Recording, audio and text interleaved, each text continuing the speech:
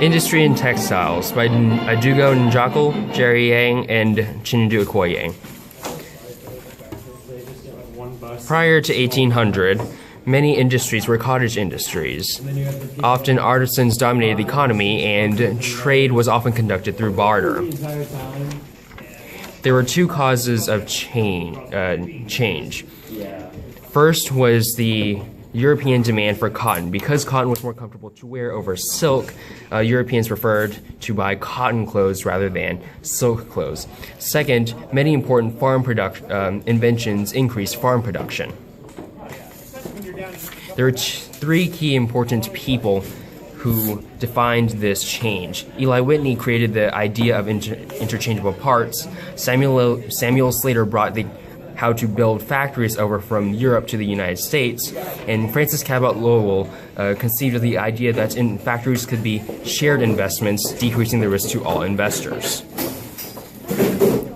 There were two key inventions that also defined this area.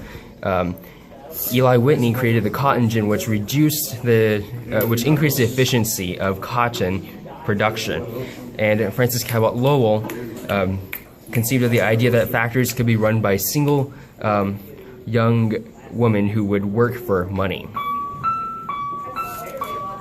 Now, how did this change occur? Well, first, the federal government created many land grants in the West, decreasing the value of land. So farmers bought this cheap land and began to grow a cash crop, cotton, to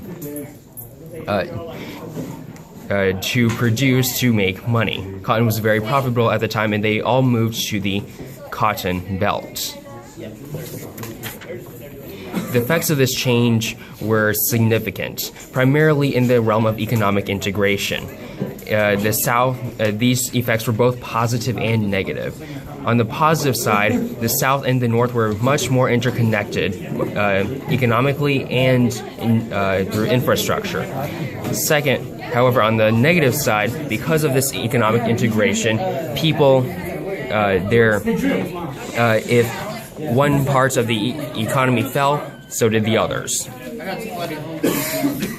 Now, these changes were impacted by the election of 1824, when John Quincy Adams and Henry Clay created their American system, which increased infrastructure in both the South and the North.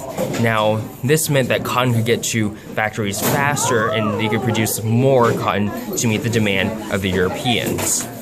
This was also impacted by the market economy, where people would move cotton and develop and create their wealth from the cotton and by selling their cotton products in Europe. This impacted slavery. The cotton industry impacted slavery. Because slavery was a cheap source of labor, slaves were often saw as a profitable source for their time, and so therefore slavery increased as a result of cotton production. Lastly, this increased sectionalism because of the South agreeing with the concept of slavery, however the North not agreeing with the concept of slavery. This increased sectionalism, sectional tensions, when the North and South disagreed. Although the Missouri Compromise was a product of this sectionalism, its repeal in 1854 by the Kansas-Nebraska Act removed its power and eventually led up to the Civil War. Thank you for watching.